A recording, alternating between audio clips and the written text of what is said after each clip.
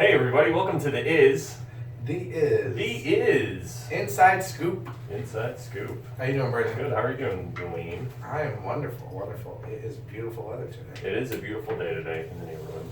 Okay, Mr. Rogers. Yeah. So today we're going to talk about meetings. That's one of the frequently asked questions that we get from people, like you people that are listening. People like to ask us, what are the different types of meetings? What do we discuss in these meetings? When do these meetings occur? How often do we get to meet with you? Yeah. So I wanted to bring that up to you today and Okay. see what your answer was. All right. I have some answers, and I'm sure you're going to have some answers as well. So one of the things people talk about with us is how many times can I meet with someone? The MC, DJ, photographer, who may be working their wedding. So what we do is we have an initial meeting. They come in, typically here, people meet with myself, they'll meet with one of the MCs, they can meet with one of the photographers, and when they come in, we talk about everything. I want to get to know you. I want to know what are the things that are most important. Some people come in and they want to talk about their cake or their dress. Music isn't important to them, but they want a DJ. Or photography isn't important to them, but they want, uplighting or whatever the case is. It's fine that things are not that important to you, which is fine, but we want to know the things that are going to make you tick. Mm-hmm. All right. Yeah, everybody's different. Yeah, everyone's different. So it's like, what did you see at another wedding? What are things that you are most important to you? That's the key to it. And I use the word insight to people all the time. I'm like, the more insight you give us, the better it is that we're going to, not only meet your expectations, but exceed them. Mm-hmm. So, typically what we do is when you come in, we talk about everything. We talk about your venue. Why did you pick that venue? Maybe the time of year you picked it, or like we're doing a wedding next week at Mystic Seaport. So like somebody picked that because it's a nautical theme and that's their style. Great, we want to know more about that. So this would be the initial meeting you're talking about. The initial. So when they first come in, first meet you. Yeah, they first contact the office. We set up a meeting. Mm-hmm. We're very flexible. I used to be a gymnast, but we do like meetings 7 days a week. So the flexibility is there for you guys. So if that's what you're looking for, we're here to help because everybody has different schedules. But during the initial meeting, we go over everything that we can possibly. And a lot of times when people meet with me, I will fit them with who is best suited for the wants and needs of the company. So, and then a lot of people will say, well, how do I meet my MC? Or do we meet the MC? And I'm like, yeah, of course. It's all about the personalization for us. We want you to not only just be a client, but be our friend. So how does that happen? Heart to heart. So you tell me, Brandon, like what typically do you talk about when you meet with a bride and groom and have a heart to heart and just, go over things that they might want to know more about? Sometimes they might, I'm guessing, want to know more about you personally. Yeah, I believe some of it's the same kind of things that you talk about in your initial meeting. You want to get to know people. You want to get to know what's important to them, what's going to make their day the best. But I always end up talking about other things. That's just how I am. So I always go into, stuff that we have in common. So a lot of times we'll end up talking about like Game of Thrones or Walking Dead or something like that. Or, Which I know nothing about. Well, yeah, that's why I brought it up, so we wouldn't talk about it. So, and then I get to know them and I find out, same thing, what's important to you guys. And then when we start talking about music, I try to find out, ask them how old they are, when they were in high school. That's big. I try to figure out what songs were big. Who's going to be at the wedding? Is it going to be a lot of your friends? Is it going to be most of your family? Are you going to want everybody to dance to like just what you guys want to hear, or do you want me to like go around and please the crowd? Yeah. So there's a lot of that, but mostly we just end up talking about just everything, and then it gets in there and I just steer it toward, Yeah, which is awesome because that's the thing, you know what I mean? Like, we don't want you to just have an MC or there needs to be a face and a name to it so that that day you're walking in and you're like, oh, there's Brandon or there's Justin or there's Michael. This way, even for your photographer, you're like, oh, I can't wait to see Jen. You feel comfortable when that person arrives because you have that connection with them. Mm-hmm. And that's the most important thing. And I tell people, even for us, I know for a fact, when I have a connection with a bride and groom, I feel like the limitations are endless. Like I can just do whatever because I know that we're on the same page. There's a trust factor between them and not myself, so that if I'm going to take a risk or take a chance, because that's what you do. If you want to go the extra mile, or I say the extra smile, you just do these things, and you know that you have that connection where you're not like, oh, should I do this or should I not do that? That's already done. And when, besides the initial meeting, besides the heart to heart, there's also the final meeting. Yeah, so before we get into that though, I wanted to elaborate on that a little. And I think that's important because I know we like to create memories here. That's one thing that we talk about. And if you do have the trust of the bride and groom or the couple, then you know you can take those chances and you know they're going to trust you. And that's usually, it doesn't always work out to where there's a big memory created or whatever, but that's when they do get created. Sometimes that happens. Sometimes you have their nephew doing the whip and nay and everyone's doing a big circle and there's a videographer and everyone's watching him and he's like 3 and he's going to remember that for the rest of his life. So, I mean, I think that's why it's really important to build the trust. To even give another situation, this is actually like 2 weeks ago. So I did a wedding and I was with Michael, and the brother of the groom, who was also the best man, gave a speech, and he was just talking about all these different things that they did as a kid, and one of them was that they used to like sing Barney together. People were laughing. I thought it was funny. So at the end of his speech, right? So the last speech, actually he was the second to last speech, and then it was the father of the bride who was speaking after. So we just decided, all right, as he closed the speech, and walking back to his table, we played Barney. And everyone just erupted with laughter. But it was just that I didn't feel like, oh, can I do this or should I do this?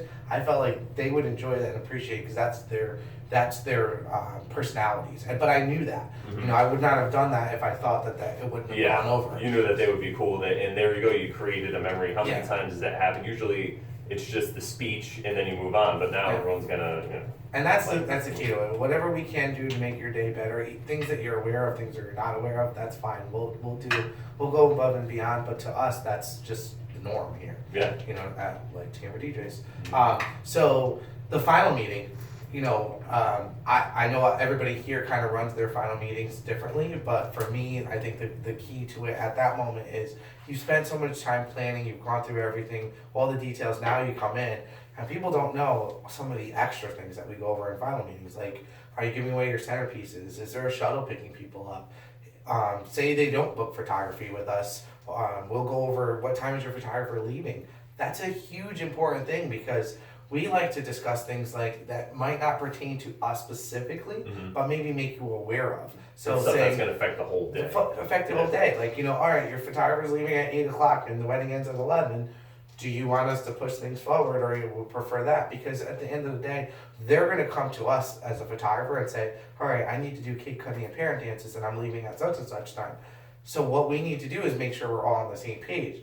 Had we discussed this prior to, then like what we do at the final meeting, then everybody's good. Sometimes the bride and groom will say, all right, you know, if we don't get to that before, I'll have the photographer stay. All right, great. Or the videographer. They have an opportunity to tie into our system. What that means for those that are not tech savvy is, say they're going to mic up the groom for the ceremony. They can actually run their audio directly into one of our inputs on our board to make the sound a lot cleaner of a signal. And this way, there's not 2 or 3 microphones on the groom for the ceremony, if that's an on-site ceremony. And even for the reception now, so they want to pick up the toast from the maid, matron of honor, best man, whoever may be doing one. Now they can run their input right into our boards directly, which is going to make your video sound that much better, or your film sound that much better when you get it back. But we go into those extra details so that we can help initially the bride and groom, but also whoever the other vendors are, because we're a big happy family, you know what I mean? We're team bride and groom, so whatever we can do to make your day and your experience and your guest experience better, that's what we're about. Yeah, definitely. I think it is great to work together. Everything goes smoothly and everyone just has a good time. There's no reason not to do it that way. Yeah. Another thing I want to bring up about final meetings is the music and the different music for all the different events. Some people come in and they have the sheets and they're not filled out. Sometimes they're totally filled out. Nobody really knows when they get here what to expect. So I think it's good to talk about that a little bit. I think it is good to fill out the sheets as best you can. And then if there are some stuff that if there's some stuff you're not sure about, or if you want suggestions, that's the time. That's when you come in and you sit with us and you ask us, because of our experience and our expertise, what do you think about this? What do you think about that? And it's a good time. So I don't think you should be worried if you ever come in here and you have some blank things or. You could also take the opportunity to contact us prior, because you have access to everyone, and whoever your MC is, like Brandon, email them. You have an opportunity, which we're very proud of, that you can text our office line. People are always like, we can't? We're like, yeah, you can text us with a question. I'm not sure about what song for introductions. Google is your friend by all means, but you can also check stuff that we put up on Pinterest, top 10 songs. You can download our app and you can see things if you want help. Don't always just Google, because Google, you might be looking at stuff from a wedding from the industry from 2007, and that might not be relevant to your wedding this year or next year for that matter. In addition to that, you have us, which we generally say we're better than Google when it comes to that aspect of it, especially because we're the ones that you've hired to take on your wedding experience. So let us be involved. Maybe it is good to have a little extra input or a third person involved in picking intro music or parent dances. We can also do custom edits, which people don't always know, for introductions, or we can omit a part of or a section of a song if need be, to make it not only your own, but maybe take out something. All our music is edited. Some people always ask that. You never have to worry about that. And as far as for the final meetings, I think it's very important to tie up any loose ends at that moment. But we also go into so one of my favorite things is when we're going to be having someone doing a blessing, and we actually want to know what table number that person's at, so we can actually address them and talk to them prior to the blessing happening, because the flow of the day is very important to everyone, your facility, your other vendors, and more importantly to your friends, family, and you guys. So let us be involved and help you make that flow and the transitions go so smoothly, so that each person knows what's going to take place, things like that. So what time is your shuttle leaving?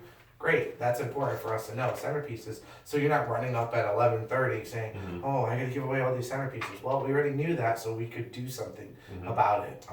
And even just little memories. So sometimes people want to acknowledge a memory table, or a lot of times there's, sign a piece of wood and drop it into a bucket, giving us suggestions and ideas, or just the thoughts, or a guest book that people want to know about. All too many times those things are located, people don't know about it.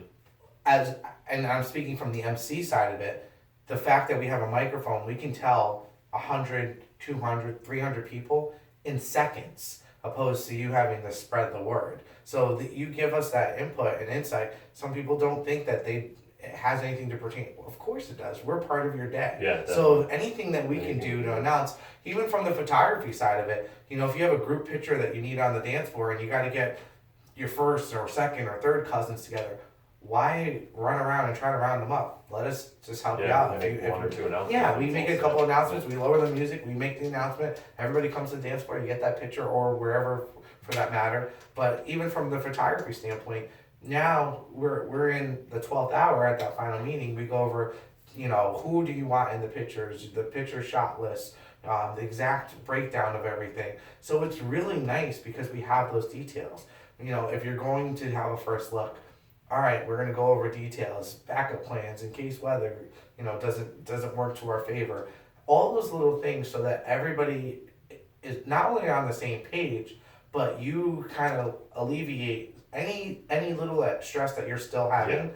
Yeah. And this way you could just enjoy your day. That's the key, is really. And that's typically done, just so everybody knows, 3 to 4 weeks prior to your wedding. It can be done farther out or closer, depending on your schedules, and we kind of just work with that. So.